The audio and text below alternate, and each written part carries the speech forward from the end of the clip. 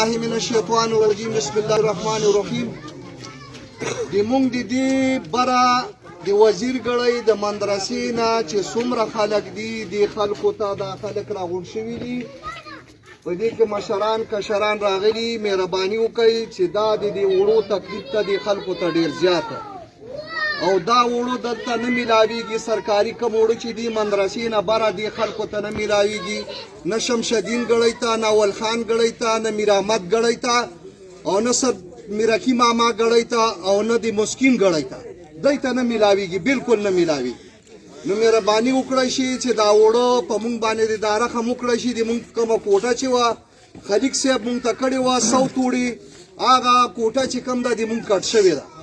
اوس دا خلک ځي راځي نو دی ته وړو نه میلاویږي. مهرباني وکړئ شي چې دا وړو مونږ ته واپس دا کوټه بحال شي، او دې غریبانانو ته چې دی مسکینانو ته چې دا وړو کم چې دي، دا خو مزدور کاره خلک دي، بټو کې کارونه کوي، او دومره ګران وړو په 2700 په 2800 روپۍ باندې وړو نشي اخیستی. مهرباني دې وکړئ شي، او که دا نشي کوړی نو موږ به لاړ شو ډایرکټ الیکشن کمیشنر ته. نو موږ به دا کم کلي چې دي 15 کلي، دا به موږ الیکشن کمیشنر ته ورشو، موږ به دا وټونه واړو ورمړو طرف ته.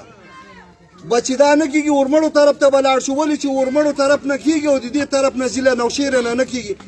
موږ وزیر اعلی ته هم خواستی او ایم پی ای او ایم این ای ته هم خواستی.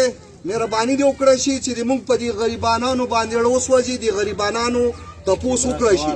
او دا کله د ووټونو وخت شي نو بیا ووټونو ته هر یو کس تکړی، او چې کله ووټونه ختم شي نو بیا دی د دې تپوس نه کوي، د دې غریبانانو تپوس بالکل هېڅوک نه کوي. نو مهرباني دې وکړي، که د موږ ایم پی ای وي که ایم این ای وي، او والن کې چې د موږ په دې غریبانانو خلکو باندې رحم وکړي او دا کوټه دوباره بحال شي.